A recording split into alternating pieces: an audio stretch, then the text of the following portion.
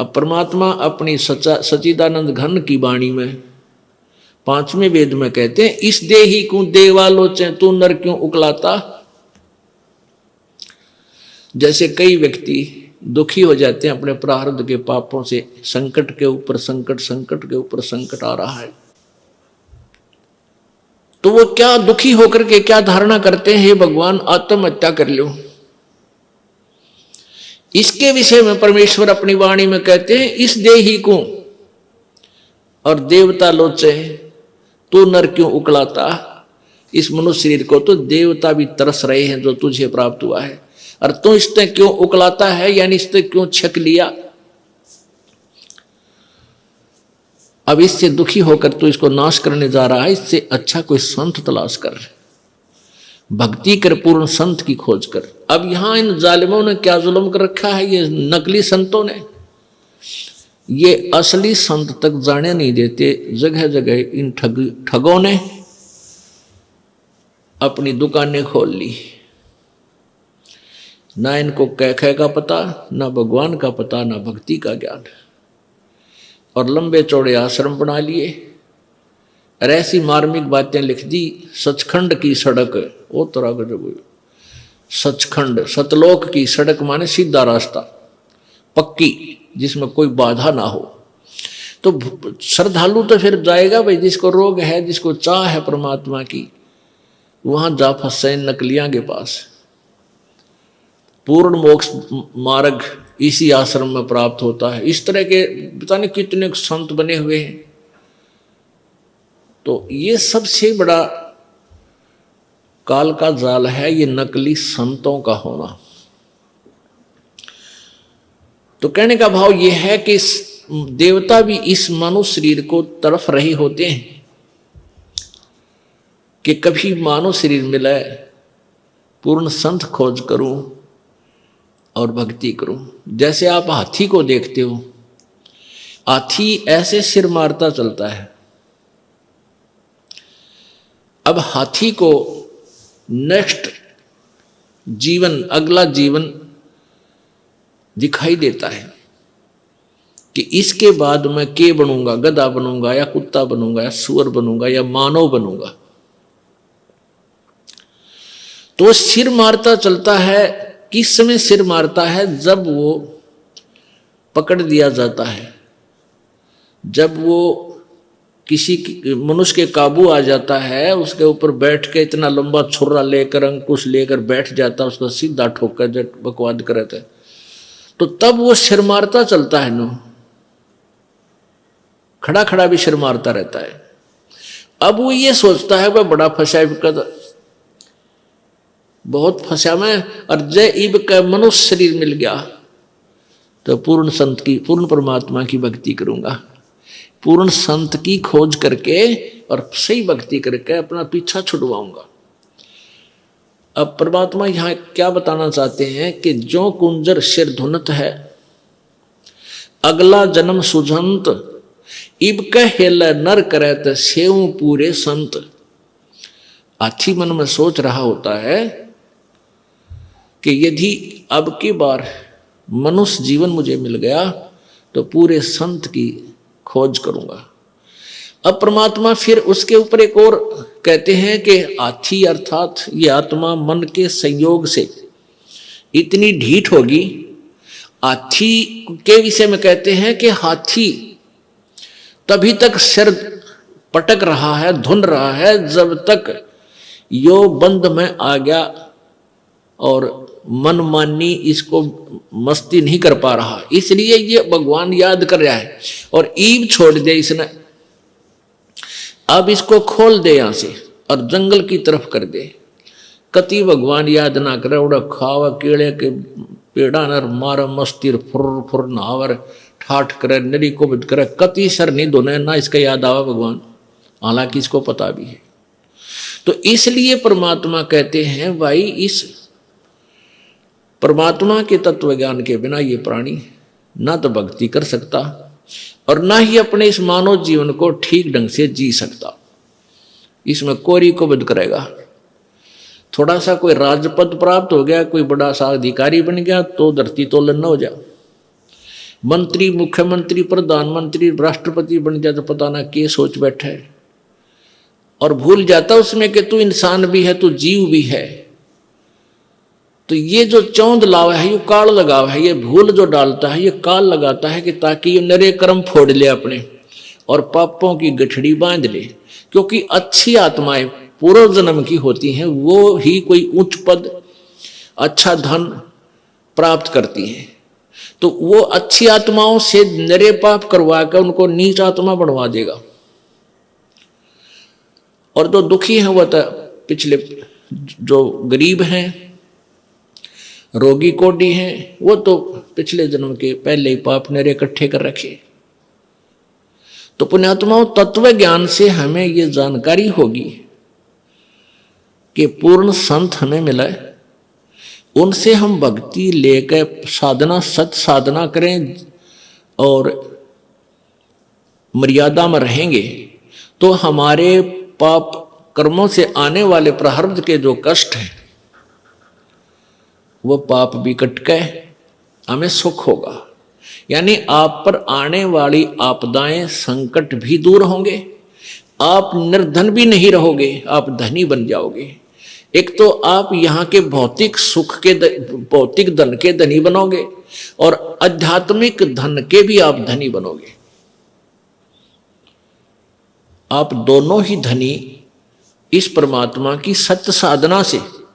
कौन से परमात्मा की? उस पूर्ण ब्रह्म की। गीता जी अध्याय नंबर 15 के श्लोक नंबर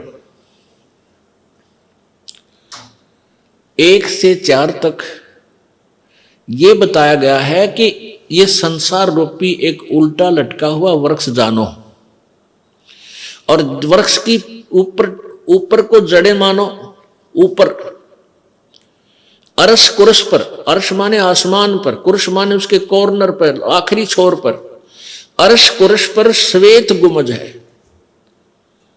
और जहां परमेश्वर का डेरा, जहां कबीर परमात्मा का डेरा स्थान सतलोक है, अरस यानी आसमान के अंतिम छोर पर, ऊपर में, कति चोटी में, सुन शिखर में, तो वहां परमात्मा रहता है सतलोक में। तो ऊपर को तो जड़ है, यानी वहां से तो सबकी उत्पत्ति हुई है, वहीं से ब्रह्म की उत्पत्ति, जो 21 ब्रह्मांड का मालिक है, ब्रह्मा विष्णु महेश का पिता है, जिसको काल ज्योति निरंजन भी कहते हैं, काल ब्रह्म भी बोलते हैं। और वहीं से परब्रह्म जो 7 संग ब्रह्मांड का स्वामी है, उसकी उत्पत्ति हुई है। अर्थात वो जड़ है, वो मूल है, मुख्य है, सबकी, सभी प्राणियों और सभी ब्रह्मांडों का रचनहार वही है। तो वो ऊपर को जड़ वाला, तो ये आदि पुरुष परमेश्वर यानी पूर्ण ब्रह्म रूपी तो जड़ समझो इस संसार रूपी वृक्ष की, और नीचे को ये तीनों गुण रूपी शाखा, रजगुण ब्रह्मा, सतगुण विष्णु, तमगुण शिव जी, ये शाखाएं हैं। बीच के जो और भाग हैं उनको काल ब्रह्म ने नहीं बोला गीता में। उसके लिए गीता जी अध्याय नंबर 4 के श्लोक नंबर 34 में बताया है कि वो तत्व ज्ञान जो अध्याय नंबर 4 के श्लोक 32 में जिसके विषय में लिखा है कि सच्चिदानंद घन की वाणी में वो लिखा हुआ है, विस्तार से कहा, उस तत्व ज्ञान को यानी कंप्लीट नॉलेज, उस पूर्ण संपूर्ण ज्ञान को किसी तत्वदर्शी संत से जाकर पूछ। उनको दंडोत प्रणाम करने से, कपट छोड़कर उनसे प्रसन्न करने से वो तत्वदर्शी संत तुझे उस परमात्म तत्व की, यानी और परमात्मा गीता ज्ञान दाता से कोई भिन्न है, उस पूर्ण ब्रह्म के बारे में जानकारी देंगे। उस तत्वदर्शी संत की पहचान बताई है 15वें अध्याय के प्रथम श्लोक में। उसमें बताया कि ऊपर को जड़ वाला, नीचे को तीनों गुण रूपी शाखा वाला, ये जो संसार रूपी वृक्ष के सारे पार्ट, सभी विभाग, जड़ कौन परमात्मा है, और तना कौन प्रभु है, डार कौन प्रभु है, और शाखा कौन है, ये विस्तार से जो जानकारी देगा स वेदवित, वह वेद के तात्पर्य को जानने वाला है, अर्थात वो तत्वदर्शी संत है।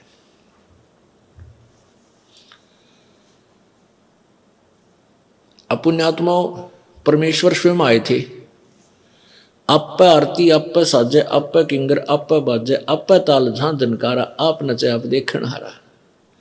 कह कबीर ऐसी आरती गाऊं, आपा मध्य आप समाऊं। तो परमात्मा स्वयं ही आए हैं, आपा आरती नहीं होगी, आपा साजे, आपा किंगर, आपा बाजे, आपा नचे और आपा देखण आ रहा। आप ही एक दास की भूमिका कर रहे हैं परमात्मा, और स्वयं ही सब ब्रह्मांडों का संचालन करने वाले भी वही हैं, सबकी देख रेख भी वही कर रहे हैं। तो उन्होंने स्वयं ही आकर के ये ज्ञान बताया था, तत्व ज्ञान बताया था। उसमें वो क्या ज्ञान बताया था कि अक्षर पुरुष एक पेड़ है, निरंजनवा की डार, और तीनों देवा शाखा है, ये पात रूप संसार। उस परमेश्वर ने ही डिटेल बताई सारी। जड़ तो वो खुद मालिक है ही, उससे अलग बता रहा है कि जैसे पेड़ आपको बाहर नजर आता है पृथ्वी से, तुरंत वो मोटा जो हिस्सा होता है वो तना है। ये संसार रूपी वृक्ष का जो 7 संग ब्रह्मांड का जो अक्षेत्र है, उसका मालिक है, उसको तो समझो तना है, और वो है परब्रह्म यानी अक्षर पुरुष। उससे फिर आगे मान लीजिए तना का एक डार निकलती है मोटी, उसको समझो ये अक्षर पुरुष, अक्षर यानी सर पुरुष यानी ब्रह्म ज्योति निरंजन कहो, इसे काल कहो। और उस डार के फिर 3 शाखा हैं, ये रजगुण ब्रह्मा, सतगुण विष्णु, तम गुण शिवजी रूपी शाखा, और फिर पात रूप संसार। इस विस्तार से जो बताएगा स वेदवित, वो तत्वदर्शी संत है। तो तत्वदर्शी संत की खोज करने के बाद उस परम पद परमेश्वर की खोज करनी चाहिए। जब तत्वदर्शी संत आपको मिल जाए, उसके पश्चात गीता जी अध्याय नंबर 15 के श्लोक 4 में कहा है कि तत्पश्चात परमात्मा के, उस परमेश्वर के उस परम पद की खोज करनी चाहिए, जहां जाने के बाद फिर संसार में लौटकर प्राणी कभी नहीं आता। और जिसने सारे ब्रह्मांडों की रचना की है, जिस भगवान ने, और गीता ज्ञानदाता कहता मैं भी उसी की शरण में हूं, उसी की भक्ति करनी चाहिए। गीता जी अध्याय नंबर 18 के श्लोक नंबर 62 में कहा कि अर्जुन तू सर्वभाव से उस परमेश्वर की शरण में जा, जिसकी कृपा से तू परम शांति और शाश्वत स्थान अर्थात सनातन परम धाम को यानी सत्यलोक को प्राप्त होगा। वहां जाने के बाद फिर कभी जन्म मृत्यु नहीं होगी। वहां जाने के बाद प्राणी कभी लौटकर संसार में नहीं आते। 15वें अध्याय के 4थे श्लोक में स्पष्ट किया है। और इन 3 प्रभुओं के विषय में गीता जी अध्याय नंबर 15 के 16 और 17 श्लोक में स्पष्ट किया है। एक क्षर पुरुष, एक अक्षर पुरुष, यानी एक ब्रह्म, एक परब्रह्म, और ये दोनों ही नाशवान हैं। इनके लोगों के प्राणियों का भी सतुल शरीर नाशवान ही है, और जीवात्मा सबकी वो तो अमर है ही, गधे की भी है, कुत्ते की भी है। फिर 17वें श्लोक में 15वें अध्याय के गीता जी में कहा है कि उत्तम पुरुष है, पुरुष माने प्रभु, उत्तम पुरुष है तो अन्य परमात्मा इति उदाहरते। और ये लोग तरनम आविश्य विभर्ति आवे ईश्वर है, कति स्पष्ट कर दिया है कि जो उत्तम पुरुष, पुरुष माने प्रभु, उत्तम माने श्रेष्ठ यानी सही भगवान, तो इन ऊपरलों से और ही ऊपर वर्णित 16वें श्लोक में वर्णित भगवानों अक्षर पुरुष, क्षर पुरुष और अक्षर पुरुष से कोई और ही है, और वही परमात्मा इति उदाहरते उसको भगवान कहा जाता है। और वही लोक तरम आविश्य विभर्ति, तीनों लोकों में प्रवेश करके सबका धारण पोषण करता है, वो अवय ईश्वर है। अवय माने अविनाशी, वो वास्तव में अविनाशी परमात्मा है। तो पुण्यात्मा हमने उस परमात्मा की भक्ति करनी है। उसकी भक्ति करने से हम पाप जो हमारे प्रारब्ध में दुख हैं उनसे भी छुटकारा होगा। हमारे जो प्रारब्ध में दुख हैं उनसे भी हमारा छुटकारा होगा, क्योंकि मासा घटे न चल बधे, वेद न लिखे जो लेख, सच्चा सतगुरु मेट करे ऊपर मारे मेखे। कहते हैं मासा घटे न चल बधे, वेद न लिखे जो लेख,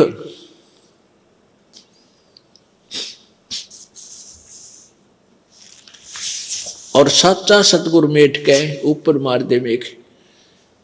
आपके प्रारब्ध में जो भी लिख दिया गया है, आपका जो मनुष्य जीवन आपको प्राप्त है, इसमें जो कुछ भी लिखा गया है इसमें कोई परिवर्तन नहीं हो सकता। मासा घटे न चल बधै, वेदना लिखे जो लेख। जो परमात्मा ने आपके भाग्य में लिख दिया उसमें कोई परिवर्तन नहीं हो सकता। कब तक? जब तक आप पूर्ण परमात्मा की भक्ति नहीं करोगे, परम संत की खोज नहीं करोगे, तब तक आपका प्रारब्ध का दुख, आपका संकट निवारण नहीं हो सकता। तो उसके लिए आपने संत की खोज करनी पड़ेगी, परम संत की। और परम संत हमें मिलेगा तभी हमारा छुटकारा होगा। पुण्यात्माओं, मानुष शरीर दुर्लभ है, मिले न बारंबार, और वही तरवर से पत्ता टूट जाइयो फिर नहीं लागे डार। इस सबसे पहले तो हमने इस मनुष्य जीवन की वैल्यू से, इसकी कीमत से परिचित होना चाहिए। ये कितना अनमोल है, ये कितना बहुमूल्य है। जब हम इसकी कीमत से परिचित होंगे तभी हम भक्ति कर पाएंगे। क्या बताते हैं कि कहता हूं कई जात हूं, कहूं बजा के ढोले, श्वास जो खाली जात है ये तीन लोक का मोले। एक मानव शरीर का जो श्वास है, ये एक श्वास भी कहते तीन लोक के तुल्य। क्योंकि हम तीन लोक, वह हमारे लिए तो बहुत बहुत ज्यादा है।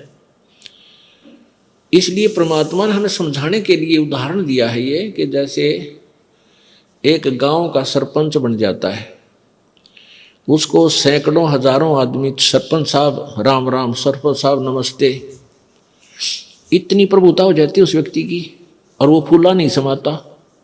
और जब वो बन जाए एमएलए, कोई व्यक्ति एमएलए बन जाता है, कुछ क्षेत्र का मुखिया बन जाता है वो, उसको तो फिर न जाने कितने व्यक्ति, कर्मचारी, अधिकारी सारे सलूट मारे, फिर वो फूल जाता है।